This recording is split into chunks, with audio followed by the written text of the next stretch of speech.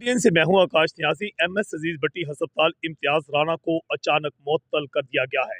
पंजाब हुकूमत की जानिब से बड़ा एक्शन लिया गया है, जिसके बायस नाकस कारकर्दगी के हामल अजीज भट्टी हस्पताल के एमएस इम्तियाज राना जो है उन्हें मुअत्तल कर दिया गया है और उनको खिलाफ जो है पीडा एक्ट के तहत कार्रवाई का आगाज भी कर दिया गया है। ताहम अभी तक अजीज भट्टी शहीद अस्पताल जो है यहाँ पर नई तैनाती ना की गई है। मुअत्तल एमएस जो है उसके खिलाफ पीडा एक्ट के तहत कार्रवाई का हुक्म दिया गया है।